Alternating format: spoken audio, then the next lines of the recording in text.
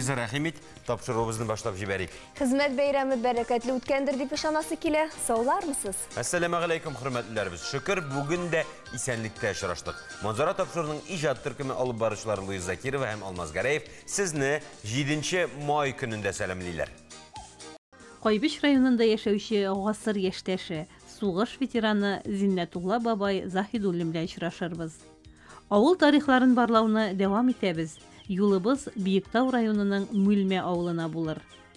Ашсу ustaсы Резида Хәсәйнова тиз әзерләнә торган салат рецепты тәкъдим итәр.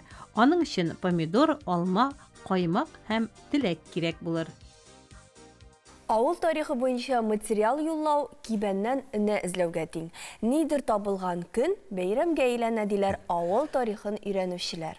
Сез үзегез яшәгән төбәк тарихын язарга уйлагансыз икән, эшне аксакаллардан башларга кирәк дигән киңәш тә бирәләр. Мүлмә авылы тарихын өйрәнгәндә дә кызыклы гына ачышлар булган. Алар белән безнең иҗат төркеме танышып кайтты. Бу сәгатьләр шәхси коллекциядан түгел Биектау районы Мүлмә авылының туган якны өйрәнү музее экспонатлары. Араларында 1897 елда Германиядә эшләнгән сирәк экземпляр да бар, ә кайберсе бүген дә вакыт агышын санарга сәләтле. Без дә шуларга кушылып үткәннәргә сәяхәт ясыйбыз, авыл тарихы белән танышабыз. Безнең Мүлмә авылы 16 гасырга барып тоташа. Авылга иң беренче риваятларга караганда иш мулла килеп урнашкан дип әйтәләр. Шуңа күрә дә бу авылның исеме бер элекке әбиләр әйтү буенча муллалар иле дип аталган. Ә инде вакытлар үткәннән соң авылның исеме кыскартылып, ул Мүлмәгә әйләнеп калган. Документларда хәзер безнең авыл Биектау районы Мүлмә авылы дип бирелә. Мүлмә авылы Иске Казан музей тыйлыгы янында гына урнашкан. Авыл зиратында бу җирлек белән бәйле истәлекләр дә бар. Иске Казанда Мулла Хаҗи Таз дигән кеше була һәм ул шушы Казан, Иске Казанны барлыкка китерүчеләрдән берсе дип әйтергә кирәк. Ул халык өчен бик яхшы кеше була һәм аны шушы Иске Казан зиратында җирлиләр. Ләкин инде колхозлашу чорлары вакытында, динне бетергән вакытта шушы ташларны җимереп төшергәннән соң берникадәр авыл халкы шушында тау астында калган ташларны безнең зиратка алып кайтып куялар. Менә сез әле генә карап торган күрелгән таш шушы зираттан кайткан ташларның берсе. Авыл халкы шундый тәвәккәл кешеләр аркасында үз хәтерен саклап калган. Бүген Мүлмә авылында 600 дән артык кеше яши, 180 хуҗалык исәпләнә. Заманында әлеге авыл бөтен республикага дан тоткан Татарстан күмәк хуҗалыгы белән билгеле була. Авылның алтын куллы кешеләре белән бәйле экспонатлар музейда кадерләп саклана. Элегрәк безнең авылда сарыклар, бик күп кеше сарыклар тоткан. Һәм безнең авылда сарык фермасы да булган. Һәм шушы сарыкларның йоннарын чистартыр өчен шушы станокны кулланганнар. Бу станок торган ине сүткәчтән без аны менә монда алып килеп куйдык.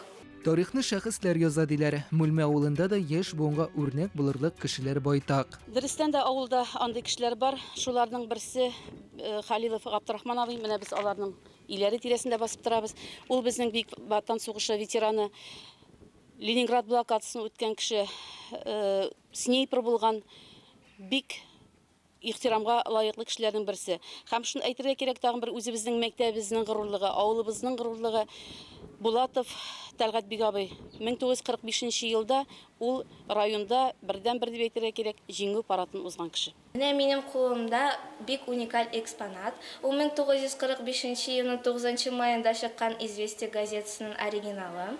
Күргәнегезчә, газета тулысынча бик җиңүгә багышланган. Монда бик күп кенә шигырьләр, әсәрләр һәм сугыш турында истәлекләр бар. Авыл тарихына багышланган музей Мүлмә мәктәбенең күркә. Ул бүлмәдә түгел, ә коридорда урнашкан. Димәк, теләгән һәркем авыл тарихы белән тагын да якыннанрак таныша ала. Киләчәктә мәктәп хезмәткәрләре музей мәйданын киңәйтү теләге белән яна. Бүген Рамазан аеның 14-нче көне. Тоткан уразаларыбыз кабул булсын иде. Сәхәр һәм ифтар табынның түрендә финик урын ала. Пәйгамбәребез Мөхәммәд галәйһиссәлам финик, ягъни хөрмә белән авыз ача торган булган. Бу җимешнең файдасы хакында Коръәндә дә искә алына. Бу татлы җимеш һәр табынның бизәге. Мөселман дөньясында аны борынгы гасырлардан ук изге ризык дип санаганнар. Гарәп илләрендә кәнфит урынына хөрмә белән чәй, сөт эчәләр. Ул тешләрне ныгыта, чәчләр, тән тиресенә уңай тәэсир итә. Кеше берничә ай дәвамында бары тик хөрмә генә ашап торала икән. Организмда барлык витамин һәм минераль матдәләр сакланачак. Юкка гына Коръәндә бу җимеш турында күп мәртәбә искә алынмый. Мөхәммәд пәйгамбәрнең сугышчылары хөрмә ашап, көч һәм дәрт җыйганнар. Шулай ук чын мөселман хөрмә агачын ахшарга тиеш диелә изге китапта. Ул агач кышын да яфрак кыймый икән. Хөрмә Мисыр, Израиль һәм Төньяк Африка, Көньяк-Көнбатыш Азия илләрендә үсә. Бер пальмадан 250 килограммга якын җимеш җыела. Киптерелгән җимешләр арасында хөрмә иң шифалысы. Өстәвенә ул күкерт кислотасы белән дә эшкәртелми. Аңардан күп төрле тәмле ризык әзерләргә, компот, варенье кайнатырга, салатлар ясарга мөмкин. Составында калий һәм магний күп булганга, хөрмә организмнан артык суны чыгара. Ул шулай ук күз күремен яхшырта, йөрәккә бик файдалы. Хөрмә кәефне күтәрә, еш ашаган кешене хәтта депрессив халәттән чыгарга мөмкин. Галимнәр хөрмәдә окситоцин матдәсен дә тапкан. Ул бала табу функциясенә турыдан-туры тәэсир итә. Аның бу сихәтле сыйфаты турында Коръәндә дә тасвирлана. 19-нчы сүрәдә Мәрьям ананың тулгак вакытында хөрмә ашавы турында языла. Җимеш организмда булган зарарлы бактерияләрне үтерә, тонусны күтәрә, аппетитны яхшырта. Хөрмә сезнең истәләрне дә бизәсен, шифасын күрегез. Тапшыруны Рамазан айы турында уйланулар белән дәвам итәрбез. Келесі видео язма Хызур ТВ тарафыннан тәкъдим ителде.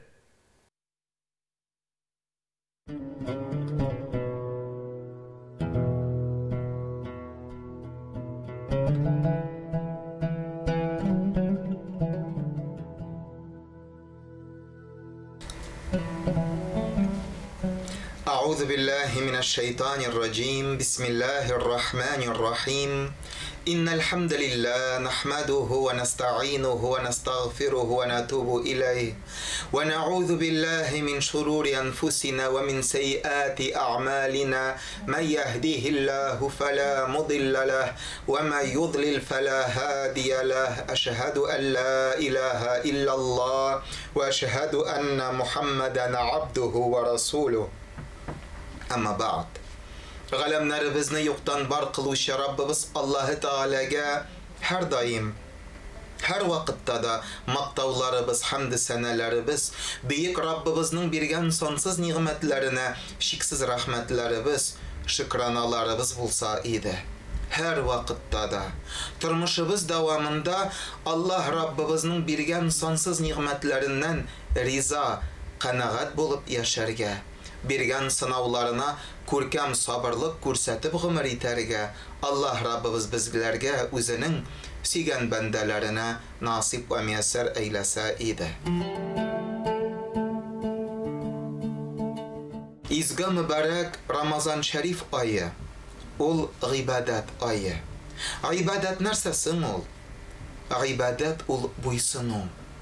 Allah Rabbimizның рәхмәтенә ирешергә aşkını.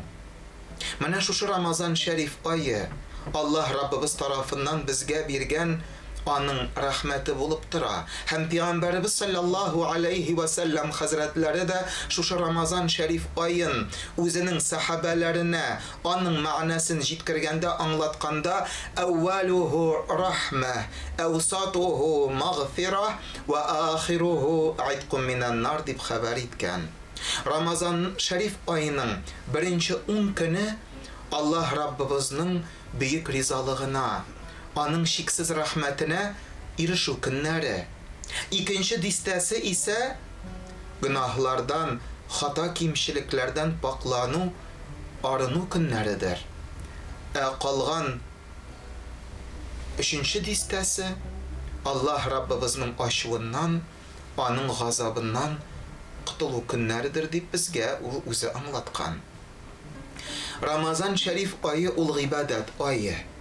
İrtegisin temli yıkılarımızdan uyanıp, taharetler alıp, irtengi sahar aşağı ul ibadet. Saharimizni tamamlap Allah Rabbimizga yalvarıp duada bulu niyet kılu ul ibadet. İrtengi namazımızı şundan okuyuz. Ol özü ibadet. Günü boyu başka kişiler haram bulgan rızıklarından, işimliklerinden tıyılıp tıra almaganda Allah'ın barlığına, birliğine inanışı Allah'ın bendesi halal bulgan rızıklardan, işimliklerden kıyaş bayganşa kadar tıyılıp tırıvı ol аның ғибадаты. Шулай ук акшам намазын көтіп, ифтар мизгелләрен каршы алу, авыз ачу, ул ғибадат.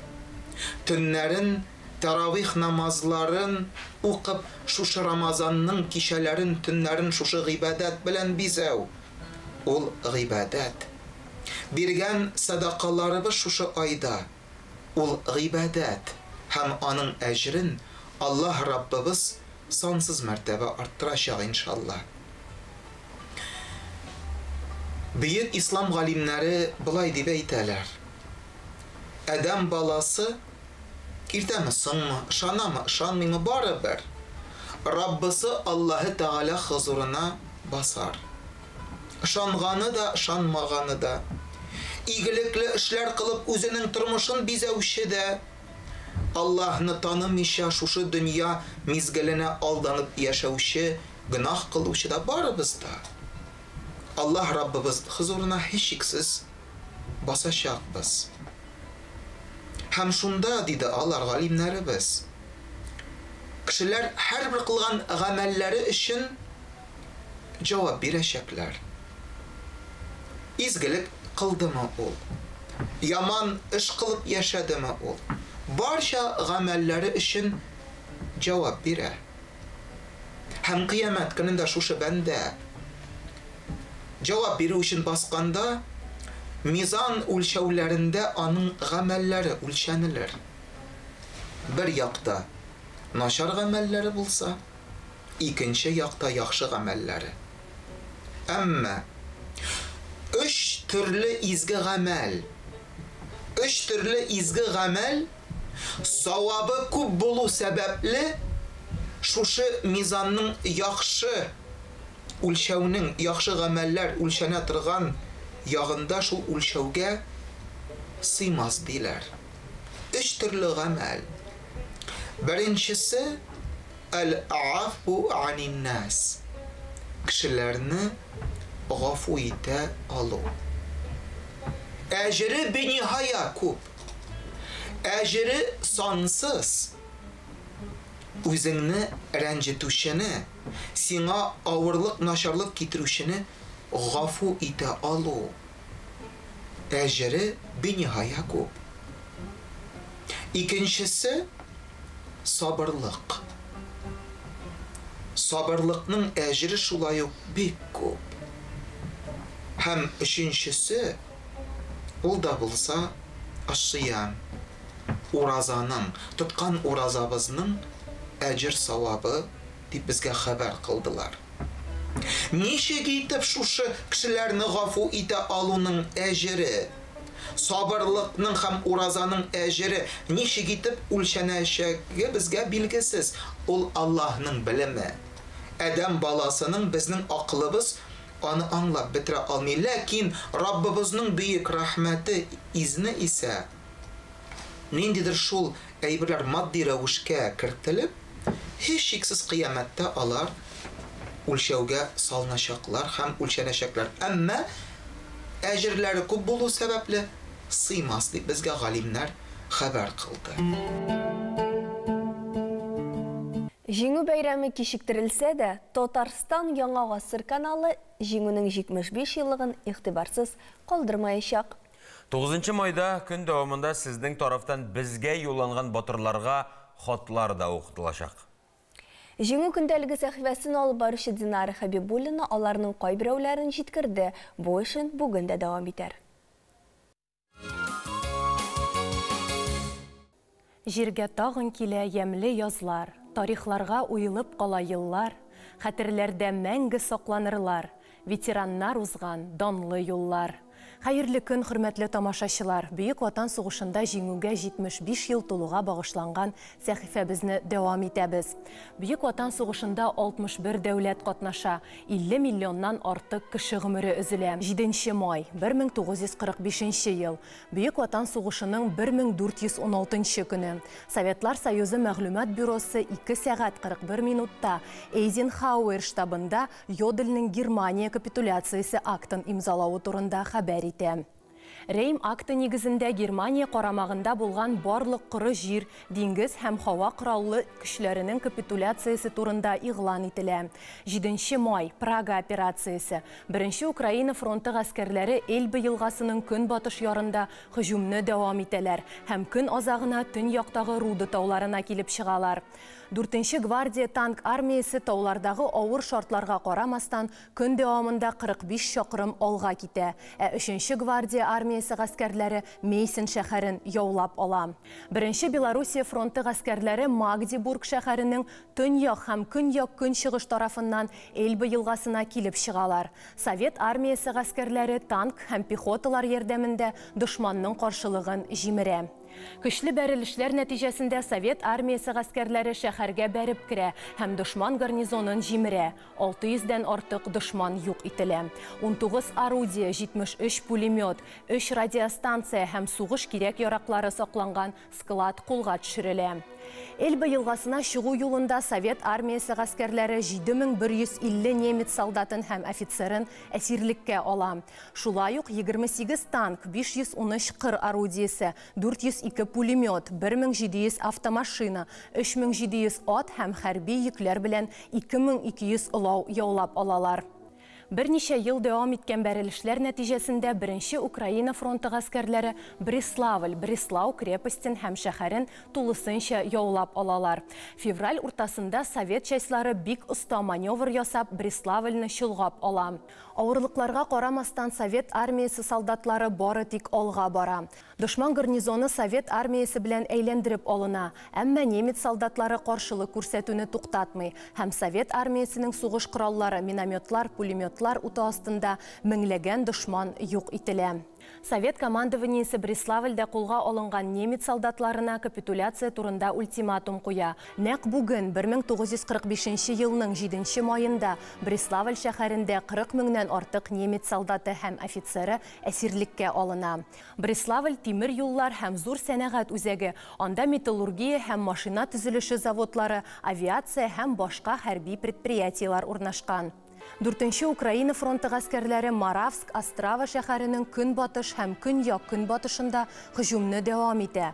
Тау урманнар аша катлаулы шартларда Совет частьлары алга бара. Судет тауларының көньяк юлларында һәм торак пунктларында урнашкан дошманнарны юк итә. Совет танклары һәм пехота дошман оборонасын җимереп Фрейденталь шәһәрен яулап алалар. Шулай ук Совет армиясе частьлары көнбатыш юнәлешендә 20 чакрым алга китеп Штат шәһәрен кулга төшерәләр. Дошманның 37 паровозы, төрле йөкләр төялгән 730 вагоны һәм хәрби милек белән 8 складта кулга алына. 1945 елның 7 маенда Совет фронты гаскәрләре 1000-нән артык немец солдатын һәм офицерын әсир төшерә. Безнең армияның тулы җиңүенә 2 көн калып бара.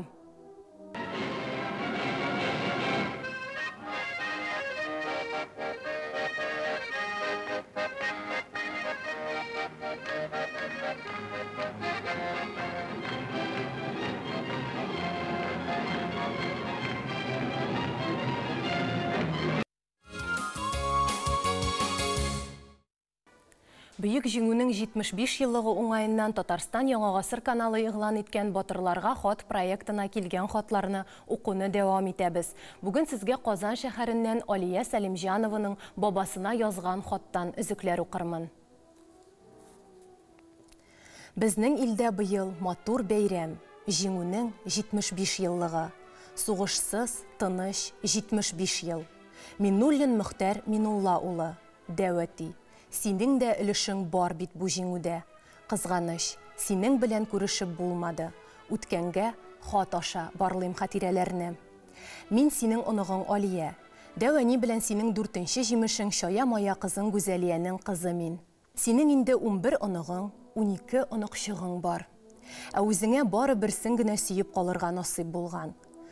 Безнең бүгенге тормышларга шөкер итеп яшәрлек. Сез күргәннәрне Ходай безгә күрсәтмәсен. Бүйік Ватан сугышына син 1942 елда киткәнсең. 6-нчы тимер юл бригадасының 1-нче Балтык яны фронтында күперләр төзү эшендә һәм җылылык электростациясендә бураучы булып эшләгәнеңне беләбез.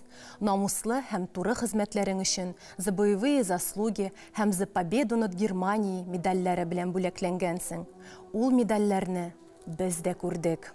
Һәм синең белән хәзер дә горурланып яшибез. Яу кырына һәр көнне үлем белән очрашырга барганда, күпме дустың, полкташыңны югалткансың. Шөкер, гомерең бетмәгәнгә. Сугыш тәмамлангач исән-сау килеш туган ягыңа Апас районы Багыш авылына әйләнеп кайткансың. Сугыштан соңгы авыр елларда Казан шәһәрендә урнашкан заводта корыш куючы булып эшләгәнсең. 1949 елда авылыгызның уңган булган кызы Гаҗилә белән гаилә корып җибәргәнсез.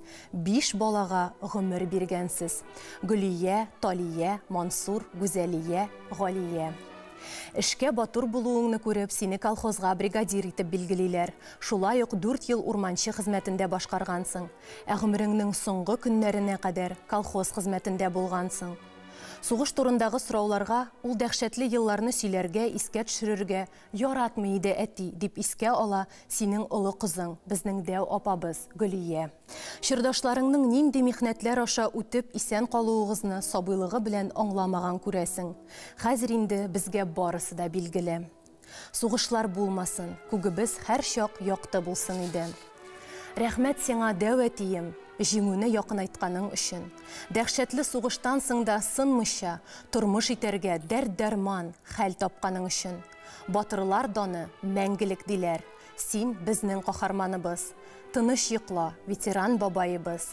Үзебезнең оныкчыкларга да синең батырлыгың турында сөйләп, дәү әнидән ишеткән хатирәләрне барлап торабыз. Рәхмәт сезгә батыр ветераннар, саклап калган өчен илебез. Мәңгелек дан сезгә каһарманнар. Тыныч булсын җир һәм күгебез. Динар, изге айда саваплышың өчен бик зур рәхмәт. Исән сау бул.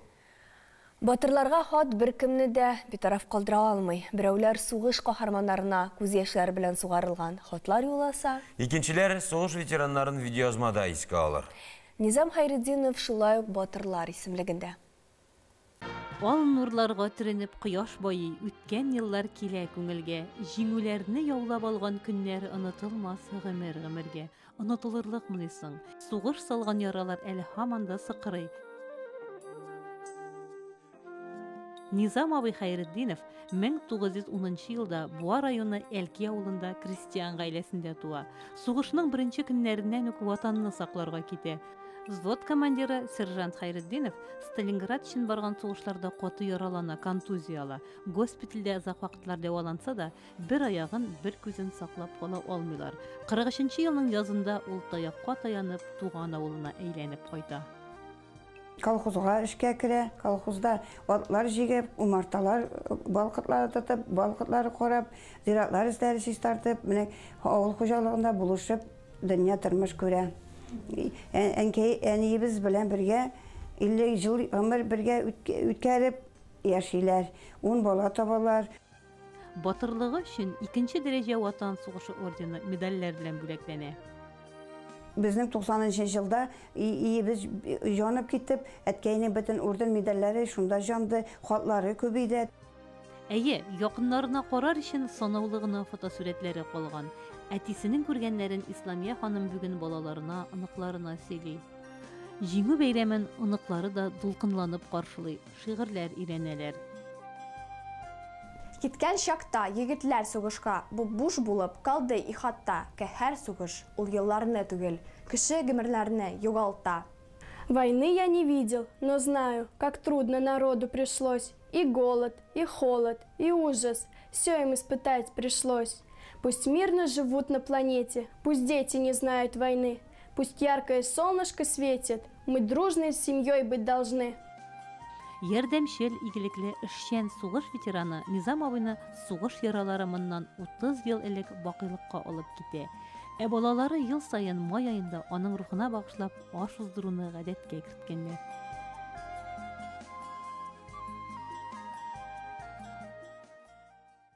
Музей эшчәнлекләре дә онлайн форматка күчте. Район жерлігінде есе мұңа ерішіп болған мекен. Опас музей директор Рамис Нұғмановтан білішірібіз, ол да район батырларын барлый. Опас районы өзегінде мемориал хайкелге жеңінің 75 жыллығы оңайынан мәңгілік от қабыздылар. Стеллада мәрмәр плителерге суғышта қатнашқан 11152 опасларының исемләре алтын хәрефләр белән уйлап язылган. Опас туган якын өйрәнү музейында райондашларының сугыш вакытында кылган батырлык хатирәләре, фронт хатлары, фотолары, сугыш трофейлары, рәсми документлар саклана. Урамда зур экранда күрсәтү өчен үлемсез полыкка 3147 фото тупланган. Менә бу залда күп санлы фотолар арасында Сафа Ахметшин фотосы. Аны бронь дигән ташлама белән сугышка алмаганнар. Ишеева МТСында инженер җитәкче итеп калдырганнар. Ирләр сугышка киткәч, техникалар белән тулсынча хатын-кызлар идарә итә башлый. Менә шул хатын-кызларны, яшүсмерләрне трактор техникасына өйрәтә, техникаларын көйләп тора. Сугышка бармаганына авылдашлары алдында бик уңайсызлана. Шулайда жайын таба, дусты белән самолет төзелешенә 40 мең сум акча бирәләр. Көннәрдән бер көнне Сафа бине аэродромга чакырып алалар. Командирлары әйтә: "Сайлап ал, кайсы самолет сиңа ошый" дип. Бер-берсеннән берни белә дә аерылмаган самолетларның берсенә төртеп күрсәтә Сафа. Тегеләре шунда ук күрсәткән самолетның канат астына Ахметшин дип язып та куялар. Шул исемле самолет һавага күтәрелә. Аннан баш очында берничә мәртәбә әйләнә дә турыдан-туры фронтка оча. Сафа Ахметшин өчен бу вакыйга гомере буена онытылмас хатирә булып саклана. Җиңүгә минем дә өлеш керде дип куана. Ул үзенең калган гомерендә Опас районы Энгельс исемендәге колхозда механизатор булып эшли. Лаеклы ялга чыга. Әледән-әле авылдашлары, балалары белән аралашып яшәде дип искә ала аның якыннары, туганнары. Җиңү көне алдыннан күңелләр йомшара, горурлык хисе арта, әмма шул ук вакыт сугыштан кайта алмаган каһарманнар өчен йөрәк әрни. Төмән өлкәсе Янтык авылында яшәүче хезмәт ветераны озак еллар балаларга татар теле һәм әдәбияты укыткан. Ветеран укытучы Мәүлидә апа сугыш еллары турында хатирәләре белән уртаклаша. Кадерле авылдашлар һәм барлык Россия милләттәшләрен бөек җиңүнең 75 еллыгы белән тәбрик итәм. Эшегездә уңышлыклар, гаилә бәхете, исәнлек, саулык, җан тынычлыгы, кайгы хәсрәтсез гомерләр бирсен сезгә. Мин Мәүлидә Кулик бала вакытларым Кулик авылында һәм яшүсмер чакларым Кулик авылында үтте. Кыскача гына сугыш вакытында булган хәлләрне сөйләп китәргә булдым. Мин 1-нче классны бетергән елны Бөек Ватан сугышы башланды һәм барлык ирләрне сугышка алып китә башладылар. Барлык авыл сугышка китүче фронтовикларны атларга утыртып, аларның артыннан бөтен авылның халкы озата барды. Балалар да аларның артыннан озата барып, аларга исәнлек, саулык теләп хушлашып калдылар. Бу сугышка китүче солдатлар китәр алдыннан, ватан алдында ант иттеләр. Юлбасарлар тапты җиребезне, ватан сугышына мин китәм. Менә балам, син әнкәсе аның, балабызны тотып ант итәм. Шушы балам өчен, нәселем өчен, туган ил өчен, мылтык тотып баскан җиремнән бер адымда артка чигенмәм дип, авыл халкы белән бәхилләшеп сугышка киттеләр. Ирләр сугышка киткәннән соң барлык авырчылыклар, хатын-кызлар, бала-чагаларның өстенә төште. Безнең әби-бабаларыбыз, абыйларыбыз сугышта дошманга каршы көрәшкән булса, авыл халкы барысы да сугышка ярдәм итәргә тырыштылар. Якбашлар бәйләп, бармаклы биялилер бәйлеп, посылкалар салдык. Хәтта бәрәңге киптереп тә фронтка җибәрәләр иде безнең әтәяниләребез. Безнең ан итеп киткән сугышчыларыбыз фашистик Германияны җиңделәр, җиңү безнең якта булды. Сугыш беткәннән соң сугыш беткән көндә минем күз алдымда клубка җыелып, барлык авыл халкы җыелып, кочаклашып, йырлашып, көлешеп, елашып шатландылар. Без балалар нишләп елыйлар микән дип уйлый идек.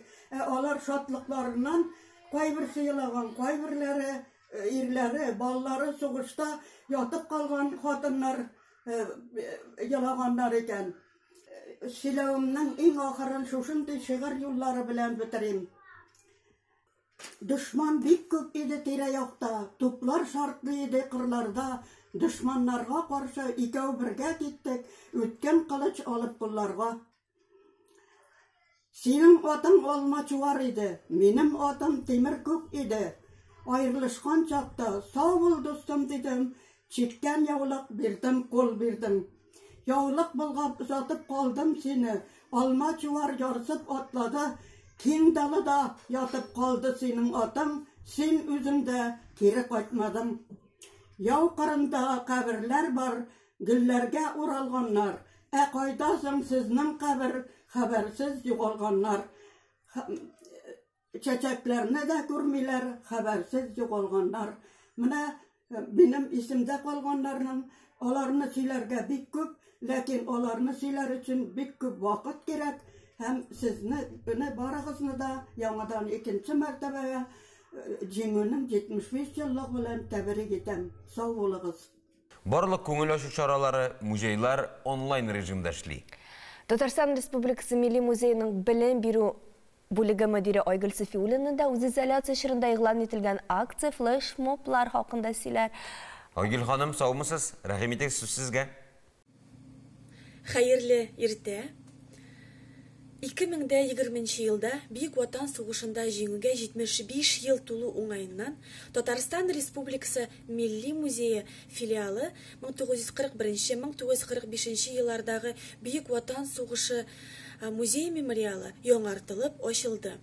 Ул музей Казан Кремль архитектура ансамблена кергән Юнкерлар училищесы бинасында урнашкан.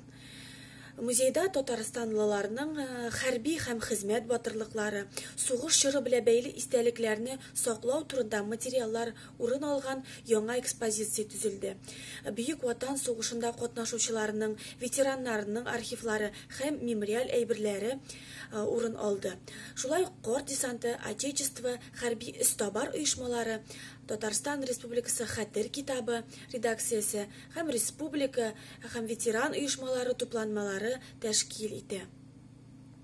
Татарстан Республикасы Милли музейында шулай ук экспозиция төзелү буенча зур эш алып барыла. Милли музей онлайн режимда нинди сулыш белән яши, нинди акциялар, проектлар игълан иттегез? Татарстан Республикасы Милли музее әлбәттә Бөек Ватан сугышында җиңү көнен билгеләмичә булдыра алмый. Кызганычка каршы музей ишекләре әлегә ябык, ләкин без программабызны сайтларда оештырабыз. Бик кызыклы итеп әзерләдек. Ул 1 майдан алып 9 майга кадәр узачак. Монда безнең кызыклы викториналар әзерләнде. Балалар өчен Бөек Ватан сугышы чоры уенчыклары дип исемләнгән мастер-класслар уздырылачак. Бик популяр булган Бөек Ватан сугышына багышланган әдәби марафон, без анда шигырьләр укырбыз дип үмитләнәм. Һәм әлбәттә сугышта катнашкан, аның үткән музей хезмәткәрләре турында без язачакбыз. Чөнки сугыш вакытында да музей зур хезмәт күрсәткән. Шулай безнең герой урамнары проекты булдырылачак. Монда сугыш геройлары турында без сөйләячәкбез. Тиздән яңа экспозиция ачылачак, шул хакта тулырак сөйләгез әле. Татарстан Республикасы Милли музейында быел яңа экспозиция төзелә. Һәм шул экспозициядә урын алачак ПО-2 самолеты турында мин сезгә бераз сөйләп китәсем килә.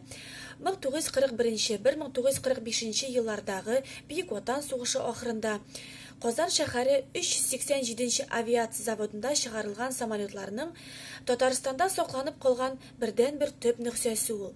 ТАССР Дәүләт музеена ул 1947 елда бүләк ителә. 1945 елда ПО-2 самолеты Николай Николаевич Поликарпов җитәкчесендә ясалган гади җиңел моторлы төнге бомбага тотучы У-2 самолетыннан үзгәртелгән һәм тиешле техник характеристикага ия. Ул бер моторлы, 2 урынлы, 2 пар канатлы биплан. Корпусының төп материалы авиация киемнәре белән тышланган фанера тәшкил итә.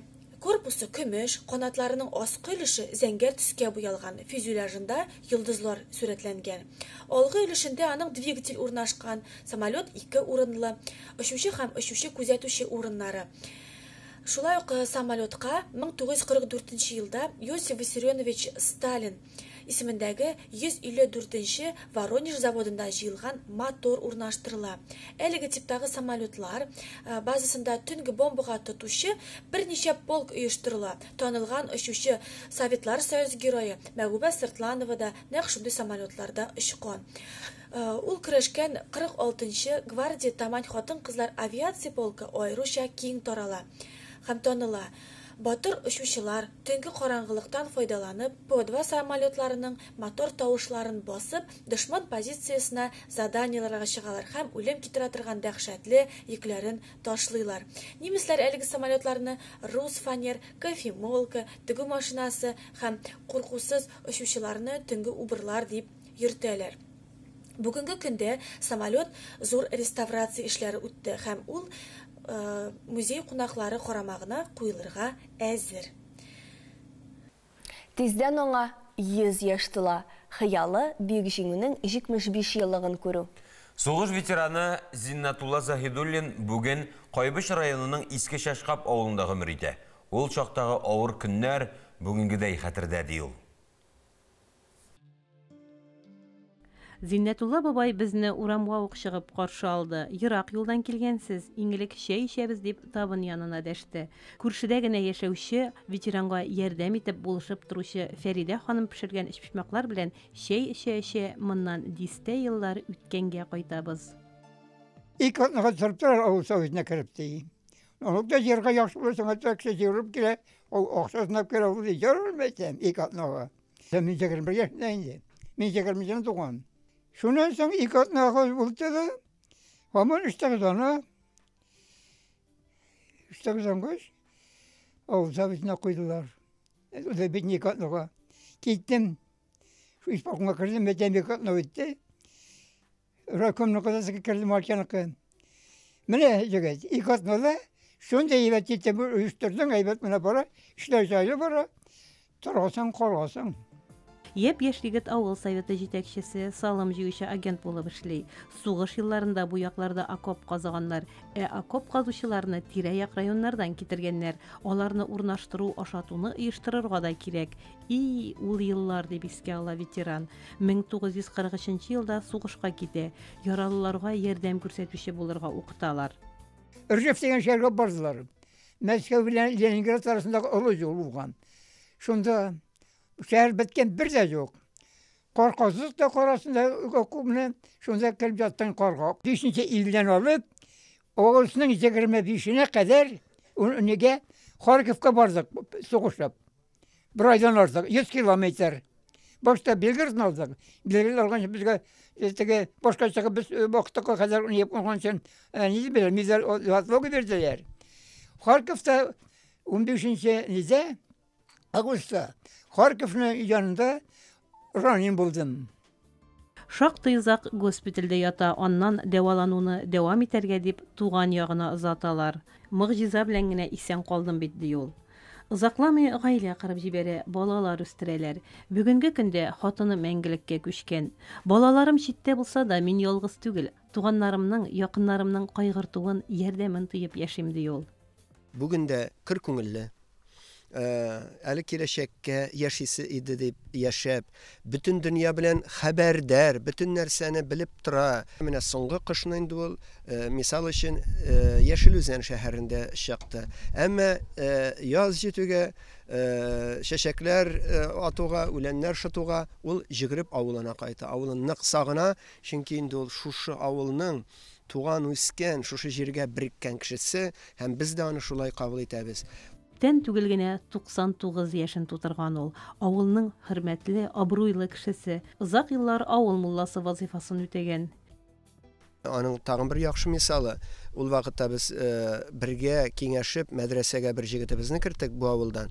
Шушыны көтеп торды, мәдрәсәдән кайткан. Менә хәзер инде миңа алмаш бар дип, тыныч кына үз урынын калдырып чыгып китте. Инде ул вакытка да хәзер 10 елдан артык вакыт узган. Бүгенге матур тормышка куанып яшәргә кирәк. Җиңү бит ул бер дә җиңел бирелмәде ди ветеран. Чырбызның уникаль кешеләре бар. Андый уникаль кешеләр арасында без Кайбиш районында Зинатулла Заһидуллин кебек абзыйларны атыйбыз. Ни өчен дигәндә, яше белән Таз сырның 100 еллыгы дип йөрибез. Шушы абзыйлар бит инде безнең Таз сырның яшьтәшләре, 20нче елгы кешеләр. Алар Таз сырның ничек оешканын белмәсәләр дә, алар бит шушы колхозга керү, колхозны аякка басу, сугыш алды, сугышның үзе, сугыш арты һәм гомумән инде ничә революцияләр, хәзерге заманны бит революция дип атарга була. Ничә шушы буын революцияларны кичереп бүгенге көнгә килеп җиткән кешеләр. Хәзерге тыныч, матур көннәргә шөкер итеп яшим. Илебез тыныч, күкләребез һәрчак аяз булсын, кабат сугыш афәтен күрергә язмасын ди ул. Ә без гомеренең 100 яшенә чыккан ветеран белән юбилеенда очрашырга дип саубуллаштык. Күрешергә насыйп булсын. Шикләр ябык, Кояш, диңгез турында хыялланасы гына кала. Җәйге ялларны планлаштыру да кыенлык тудырмый. Я авыл, я бакча икесенең берсе. Син үзең сизәсеңме, тун һәм диңгез турында сөйләми башлаганың? Димәк, тормыштагы иң мөһим әйберләр алар гына түгел. Кыйммәтләр үзгәрә. Алар булса, син бик бәхетле. Калганнар өчен кызык дөнья сәхифәсе алып баручысы Гөлинә Шаймуллина өйдән чыкмыйча да сәяхәт итәргә өйрәтер. Хәерле көн, хөрмәтле тамашачылар.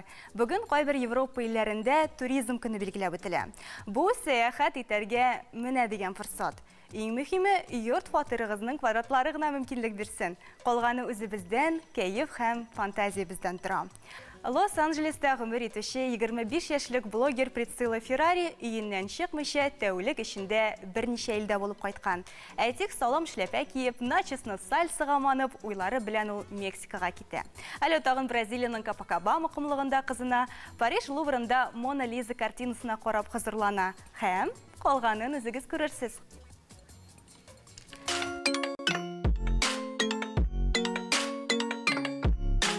Mexico. ¡Ay! ¡Arriba!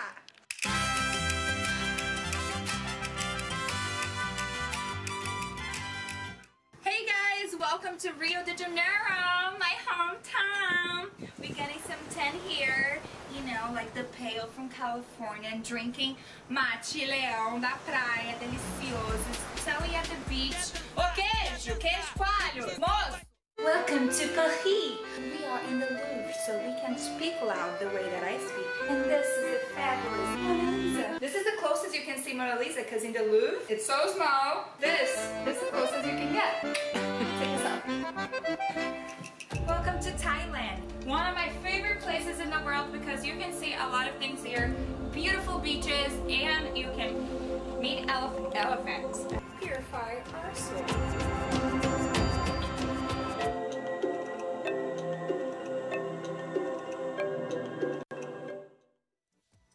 Сез ничектер мин актив ялны яратам, бигрәк тә походларны. Палаткада йоклау, учак ягу, балык тоту дисеңме, булар барысы да минем өчен бик кадерле.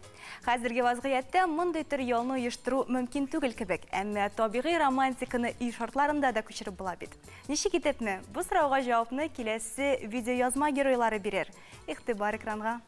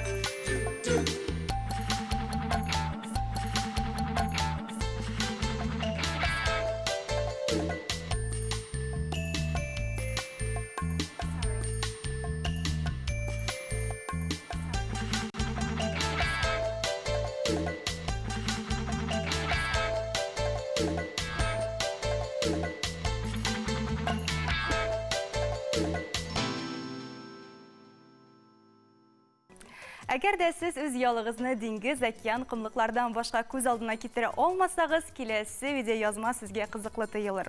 Аның төп герое фотограф Джаспер Ян Сетрия. Әлеге егет коронавирус пандемиясы башлангач, укуын ташлап туган ягы Филиппин утрауының Элегаси каласына кайта. Якыннарын бик сагынса да, 1-2 атнадан соң моңая нишләргә үзен кая куярга белми. Көннәрдән бер көнне ул өендә пляж булдырга уйлый. Моның өчен бассейнны кабартып, аңа су тутырып, балконга чыгара. Әлеге идея Жасинның энеләре, сеңелләре күңеленә аеруча хуш килә.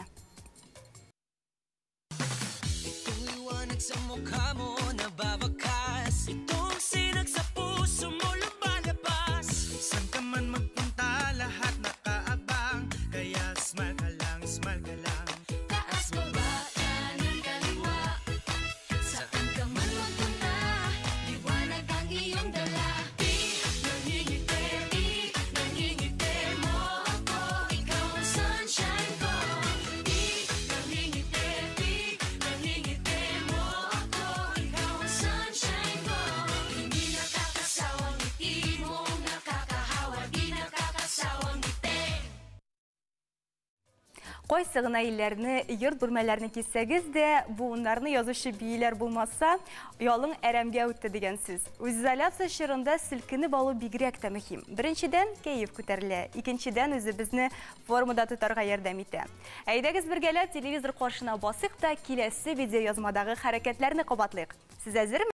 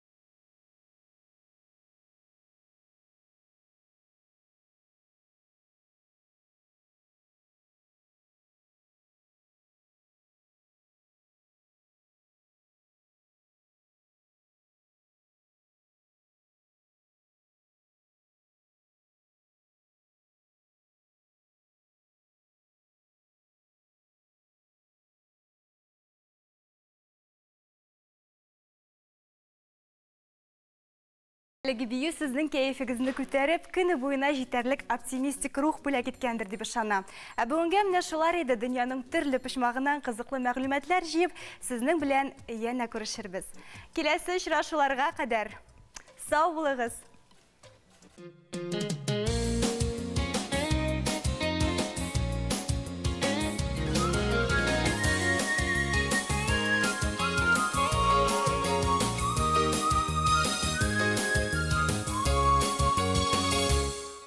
Сәламәтлегебез өчен иң беренче чиратта үзебез җаваплы. Тапшыруыбызны икенче өлешен бу сүзләр белән башлап җибәрәсебез килә. Саулармысыз, хөрмәтлеләребез. Безгә яңа кушылучыларны сәламләп, алга таба эфирда ниләр булганын күрсәтик. Ашсу ustaсы Резида Хәсәйнова тиз әзерләнә торган салат рецепты тәкъдим итәр. Аның өчен помидор, алма, каймак һәм теләк кирәк булыр. Танылган диктор, әдәбият белгече Фуат Галимуллин бүген игътибарын сөйләме бездә очрый торган хаталарда түгел, ә шигърияткә юнәлтергә булды. Моның өчен ул Рауил Бигбой иҗатына мөрәҗәгать итәр. Ассаламу алейкум, хөрмәтле телевизор караучылар. Башкортстанның халык шагыйре Рауил Бигбой күптән түгел 2019 елның апрель айында бақилыққа күшті. Аңа 81 яш иде. Ул үзе артыннан бик зур әдәби мирас калдырды. Аның мирасы турында гомумән сөйләп тормастан, бары тик бер юнәлешенә генә тукталасы килә. Билгеле булганча, Рәсүлебез Мөхәммәд пәйгамбәрнең hadislari var. Alar kişiler üçün ve bizning üçün bek qadrli sözler, kengashlar, talablar deb qabul etiladi. Ravil Bekbay mana şuşu hadislerini şiiri tilga ko'chirdi hem iki kitap çıkardı. 101 hadis deb atala. Hem biri de tılsınca onun şuşu yönelişteki icatı toplangan. Başta ol Muhammed Peygamberinin hadislerin kitire, elbette yine bizning ana tilimizde, Tatar tilinde. Mine alardan qaybirlarigina. Söylesen yaxşı söz söyle. Aytır sözün bulmasa tik tur. Indeşmişe tik turu galimning zinneti, nadanning perdesi. Kim aldaşa, ol bizning oradan tugil. Senin bilen naşar mügaleme etuşiler bilen igilikli bul. Senin faydaga bulmasa da dürüstün söyle. Endi Ravil Bekbay hadislerini ni ravuşli şiiri tilge ko'chire. Ya sözünde bulsun mağına, ya indeşme bütünleyge. İki yüzlü münafiknin aslında 3 sifattır. Emanetke hıyanettir, yalgan sözdür, buzuk anttır. İndeşmişe tik turganşı, hayırlı söz tüzü yaxşı. Naşar sözler söylegenşi, indeşmişe tüzü yaxşı. Başkıt halkının ko'rinekli şairi Ravil Bekbay ana bizge şunday igilikli sözlerden turgan eserlerin kaldırdı.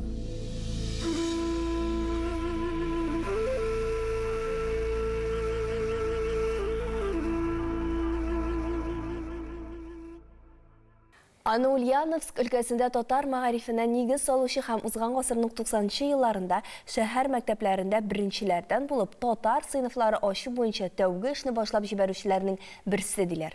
Сүзебез Ульяновск шәһәренең 28-нче мәктәп директоры, халык мәгариф отличнигы, Россиянең ат казанган укытучысы Әсхат Фәйзов хакында бара. Ул җитәкли торган мәктәпкә шәһәрдән, өлкәдән генә түгел, тирә күрше төбәкләрдән дә тәҗрибә уртаклашырга киләләр иде. Тик үз изоляцияга кадәр. Сембернең танылган укытучысы һәм ул җитәкли торган мәктәп хакында Рамис Сафин бәян итәр. Бу көннәрдә мәктәпләр карантинда булганлыктан без Әсхат абыйның үзе эшли торган мәктәптән ерак булмаган өендә очрашырга булдык. Баланың баласы балдан татлы дип юкка гына әйтмәгәннәрдер. Үз балаларын үскәндә алар белән утырырга, уйнарга вакыты җитеп бетми кебек. Ә хәзер аныклар белән бөтенләй башкача икән ди. 5 аныкның дәвәтисе. Туйдырмыйлар алар. Сагындыралар. Кип туздырып китсәләр дә әти-сәнисе килә дә җыялар инде, алар үзләре дә җыялар.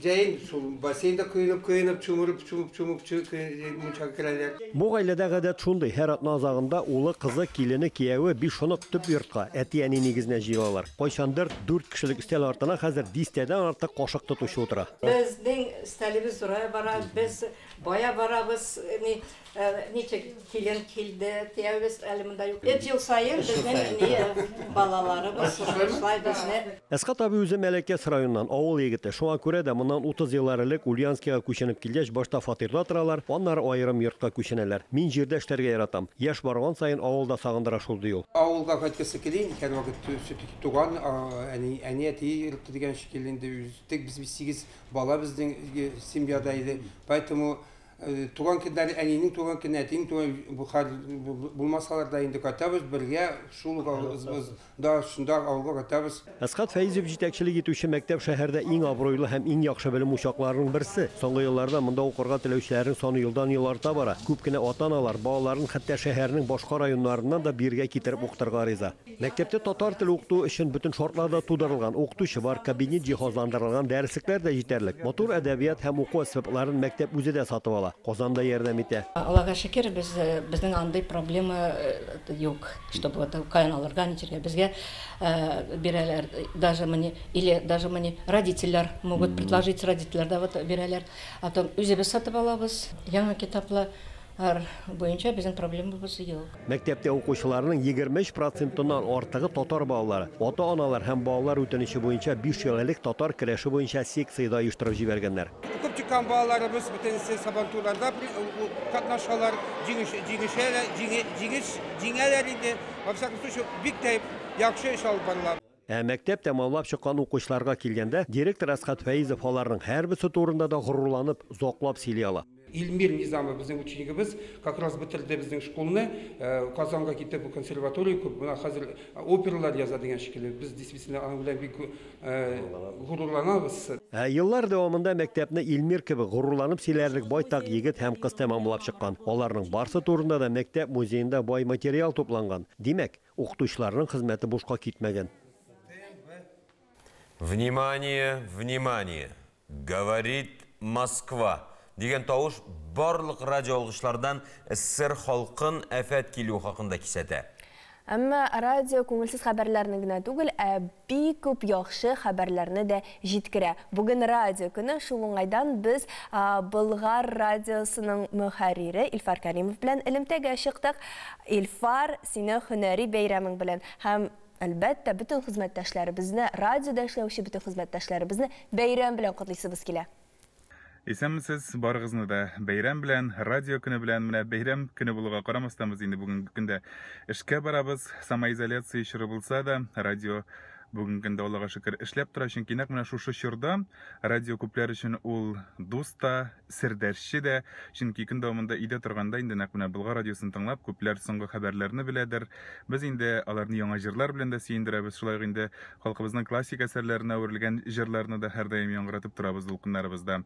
Дөрестән дә радио күпләр өчен бүгенге көндә чын дуска әверелде. Инде 21-нче гасырда интернет заманында радио юкка чыгачак дигән фикергә каршы килеп шуны әйтә алам. Минем калса радио бер кайчан да юкка чыкмаячак. Аның үз тыңлаучысы һәр вакыт булачак. Менә бүгенге көндә дә инде без Аллага шөкер гөрләтеп эшләп торабыз. Менә шушы авыр чорда да Болгар радиосы беренчеләрдән булып онлайн концертларны башлап җибәрде. Biz инде җырчылар белән хәзерге көндә онлайн аралашабыз безнең Instagram аккаунтында, инде самоизоляция чоры башлаганчы радио студиясында онлайн концертлар куя башлаган идек. Шулай ук бүгенге көндә менә Ураза айларында Болгар радиосында уникаль конкурс бара. Ул да булса Татар озаны конкурсы. Бердә инде без татар мәкаме белән моңлы итеп озан әйтүчеләрне эзлибез һәм җиңүче үз озанын ел дәвамында Болгар радиосында яңгырата алачак. Кыскасы эш гөрли һәм инде мин барлык радио тыңлаучыларны котлыйсым килә бәйрәм белән, безнең белән булганыгыз өчен рәхмәт сезгә, чөнки без сезнең өчен эшлибез. Алга таба да Болгар радиосы белән бергә булыгыз, барыгызны да бәйрәм белән. Алма һәм помидор. Яшелчә белән җиләк, җимеш бер салатта дуслаша алырлармы? Бер караганда юк кебек. Ашсу остасы Резида Хөсәйнова минут эчендә дуслаштырып, тәмле салатта ясап куячак. Ассаламу алейкум, хөрмәтле тамашачылар. Без бүген сезнең белән бик тиз генә әзерләнә торган салат ясарбыз. Аның өчен безгә алма, помидор, лимон, sarımsak, sosu için indi koymak gerek olur, sır, tuz hem barış. Bismillahirrahmanirrahim. İşimizni en birinci pomidordan başlayız. Pomidorның kabığını saldırabız. Onun için şolay başın bıçak bilen kesip jiberəbiz. Hem indi qaynap turgan su bilen üstüne kıyabız. 3-4 minut tutabız. Olma gerek olur. Olmanın indi kabığını çiztartabız. Pomidorumuz bizim hazır indi. Hazır onu şulay kabığını saldırabız. Bik jengil gene salına ol. Biz hazır pomidorның ırlıklarında alabız. Hem indi olmanı da şulay turuyubuz.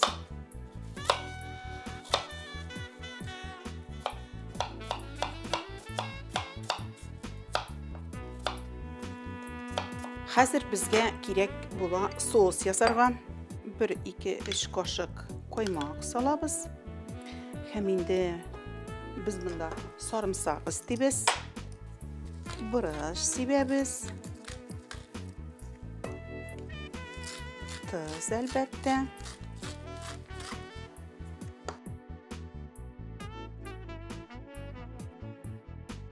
Həm əlbəttə bulğatdağız. Alma maddəsinin üzgərtməsi üçün biz anarğa şulay limon suyu sığıb ciberiyəli. Limonun bütün vitaminlerin sarısında deyib eytələr, ağında əşisi, min şulay əzrək soska limonun qabığında durab jiberəm. Həm indi əzir salatımız üstünə biz sousumuzni, qoymaqni salabız da əybətləb bulğatabız.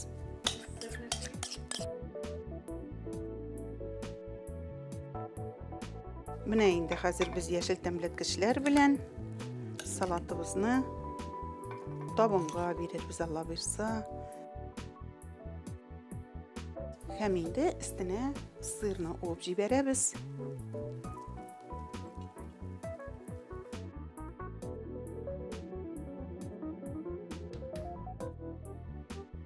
Mənə hörmətli tamaşaçılarımız, bizdən şunday təmli salatımız əzir buldu.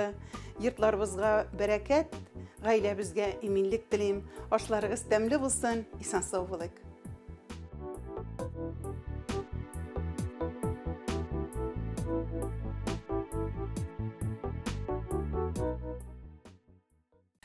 Бүгін gençlerine rizq әзірлей білмеуді ғайыплаушылар үшін bu teoriyаны кері қағушы бір видеозма бар. Үзәңе үткенші біле бұғай бұсылың. Әзірге бәзір әнеге салынушы қызлар бәлкі қазір қызарып та қояр. Çünkü 5-ci sınıf оқушысы Тоңсулу Хусейнова пәрәмәш әзірлеп көрсетір.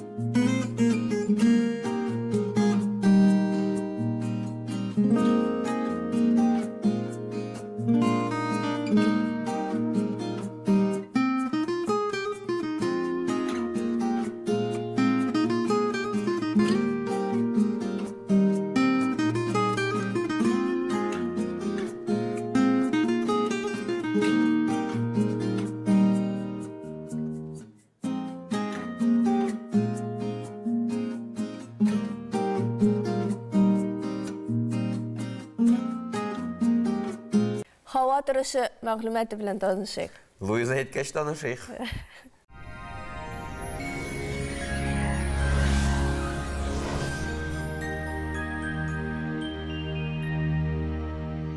İsənsiz barızğa da xeyirli irtələr. Yandex Pagoda məlumatı boyunca künyak gün шығышта. Bugülmə bağlı azına qayda oyazışan bulutlu hava 24 gradus жылы. Tünyak gün шығышта tübən kamı yarşalı Alabuğada bulutlu 25 gradus. Tünyak'tan Aktanı Şagırcı Mendileyevski'dan жылылық 26 gradus. Tünyak gün batışta Orşa Kukmara Boltaş'ta Süren gün 23 gradus жылы. Künyak gün batışta Bulgar Boğa Şüprəli'de yağmur yağıb bitəşək 21 gradus. Şisten urlatmamada şirmişəndə oyazışan bulutlu hava 25 gradus'a qədər жылы bulan. Olda günlərdə sinoptik həl əllərini üzgərmi. Başqalabız Qozanda oyazışan bulutlu hava gündüz 20-22 gradus жылы. Tünyak'tan urtaşa tezlikdə jil. Atmosfera basımı türkümüş bağanasının 752 mm təşkil etə. Havanın şağıştırma şadımlılığı 50%. Жерінің magnet qırı tınış. Hava turış turunda eləgəmlər şular idi. Bizning kanalda qolığız.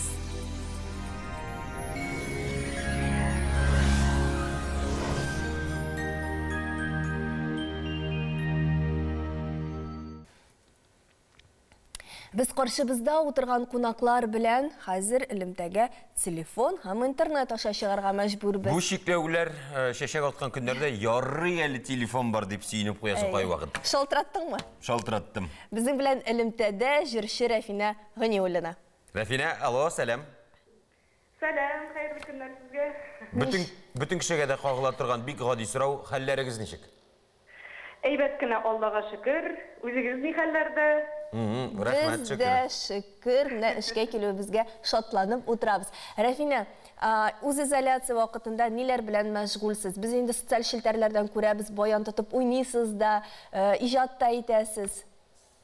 Баянга барып җитмәдек әле, менә Тальян гармунда күптәнге бер хыялым бар иде. Миннән бу чыкмас инде бу диебрәк йөри идем. Менә шушы вакыт күп булган вакытларда ниһаять аңа да барып җиттем. Шуңа күрә әллә нинди көтелмәгән талантлар ачылып килә шушы үз изоляция вакытында. Менә шул үз изоляция вакытында көтелмәгән талантларга тукталасы килә. Үзеңдә һәм инде тормыш иптәшеңдә нинди яңа һөнәрләр ачылды? Ниһаять бергәләп хәзер физкультура эшли башладык иртәләре. Ниһаять бер-беребезне күрә башладык диген. Әйе. 5-тән 7-гә кадәрме? Рөхсәт ителгән вакытта. Үзенең бер комплекс упражнений дигәндәй, менә шул күнегүләргә ниһаять барып җитеп, бергәләп физкультура ясарга тотындык, бергәләп ашарларга әзерлибез, Рәзилдә менә кулинарияга тартылып китте. Менә шундый вакыт күп булгач, әйтәм бит, баштарак әлбәттә читен булды. Ничектер үзебезнең өйдә нәрсә эшләргә инде хәзер дигән шук хәлендә калгандыр, паника хәлендә һәрбер кеше, без генә түгел.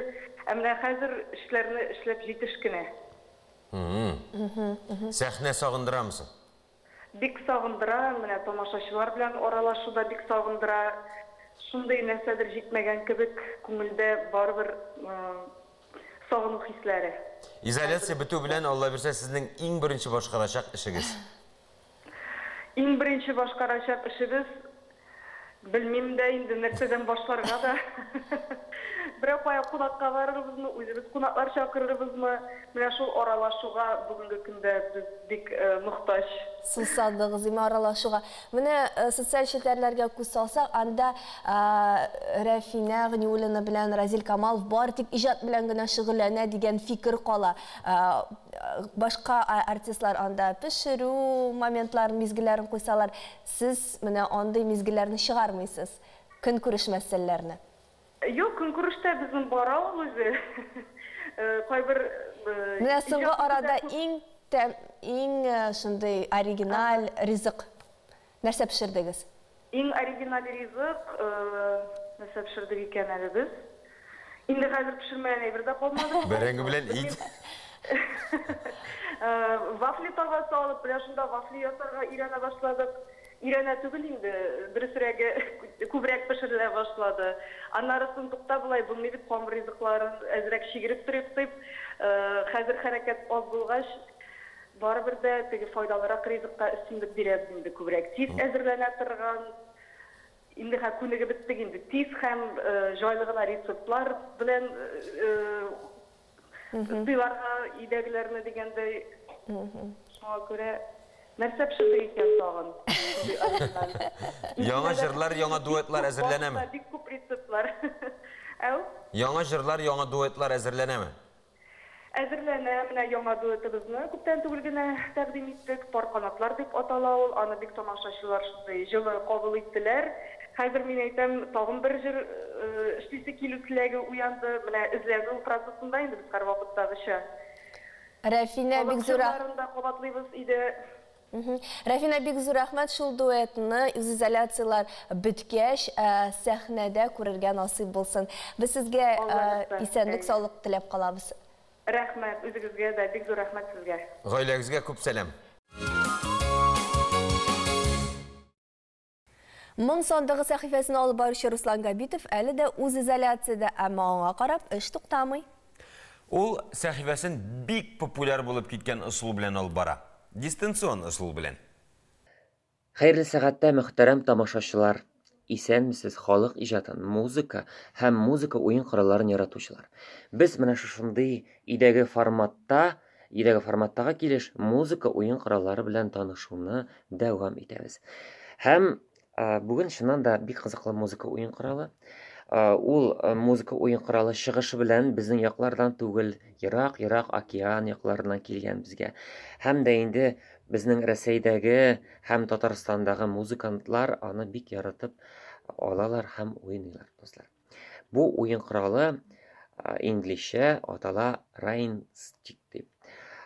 Тәрҗемә иткәндә бу була яңгыр таягы, яңгыр көпшәсе, русча әйткәндә музыка дождя, палка дождя, флейта дождя дип әйтәләр монда уен корал. Әйдәгез күрсәтим бу уен коралын. Дуслар, менә күрәсезме? Менә шуннан да менә шундый озын таяк, менә озын таяк. Ни өчен яңгыр көпшәсе дип атыйлар? Чөнки ул шуннан да яңгырга охшаткан тавышлар чыгара. Әйдәгез тыңлап китик әле. Менә шулай итеп аны аударгач һәм дә әйләндергәч, менә шундый бик кызыклы яңгырга охшаш тавышлар чыгара. Уен коралы. Кызыклы бит әйбәт.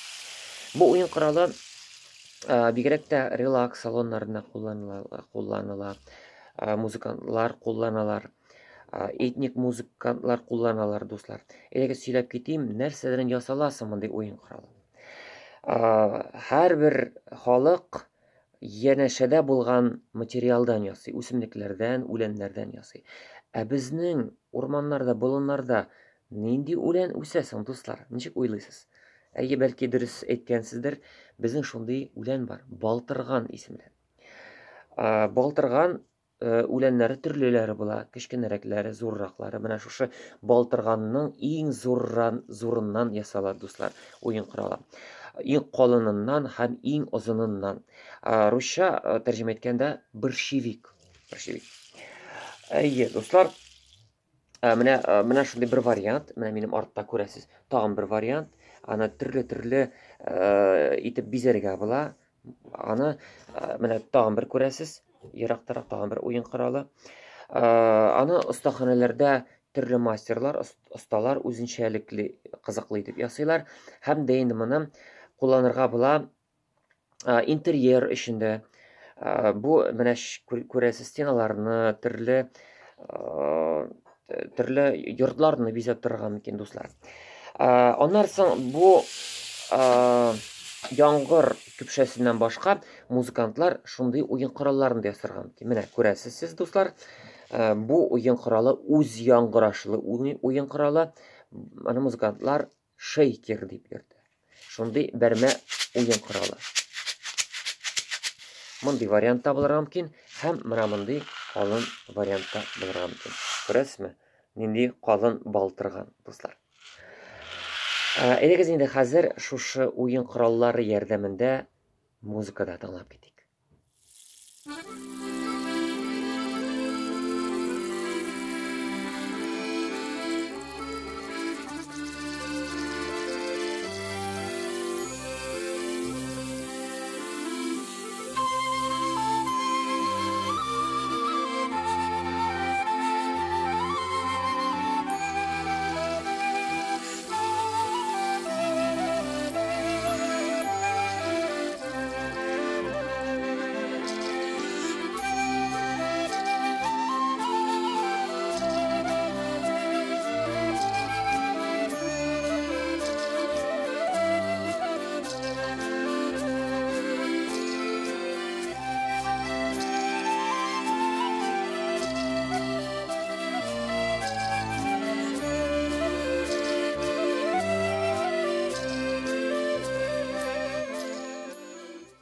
Халык иҗатында шундый акыллы юллар бар. Үткәнен белмәгән халыкның киләчәге юк. Әйдәгез, дуслар, үткәнне барлыйк, саклыйк һәм киләсе буынга тапшырыйк. Киләсе очрашуларга кадәр. Без дөньяның төрле почмакларында яшәүче милләттәшләребез белән элемтәдә. Хәзер без Лондонга юл тотарбыз. Анда безнең милләттәшебез Рөстәм Сульци бүгенге көнгә актуаль булган сорауларга җавап бирер. Саулармысыз, ничек хәлләрегез? Хәерле көн, манзара тапшыруы. Саумысыз, хөрмәтле телевизор караучылар. Büyük Britaniyadan Londonda ömür etüşü bu hem başka bir küp yaktaşığızının kaynar selamın kabul edip alsağız iken. Haller məğlum, ildə də, dünyada da bürük. Tik şulay da düşünkülükке birilmi, kileşekke ümit bilen, vakıgalarga uңay yaktan kararga tırışsaq iken. Burungular, her şerde bir hayır var, yani her naşarlıkta bir yaxşılık var deyip bilmeyi eğitmegenlerdir. Şəxsən üzüm için ol hayırlı iş, meni küpten kütüp yatkan fenni məqalələrimni tamamlav, şulay yox yanaların da yazdığı için fırsat hem vakit tabloğu buldu. İdil Ural hem Günbatış halıklarının folklorun paralel şağıldırgan bu məqalələrim yakın kileşekte, belki kilesi yılda ok, İngilizce dünya görür diyen ümitim de yok değil. Şuluk vakitte şiirler icat etüge de devam elbette. Belki okugansızlar küpten tügül Tataristan kitap neşriyatında Müsafir deb isimlengen şiirler jentığım dünya kurdu. Яңа чыккан китабыгыздан bir şiir de okuyup gitsəgiz idi. Min şiirden Müsafir. Teres şirden. Kimsin? Kaydan? Deyip soruyorlar. Kay şirden. Tengri misafir edemin. Misafir. Min şiirden. Eli Hızır İlyasmın min. Eli Şitik Şiveli. Tengri misafirinin məğlum məxələ əxvəli. Her kişini kadir deyib bil. Her bir kişini Hızır. Belki Şitik Şiveli ol. Şın veli. Evliyadır. Asramağa bala birem.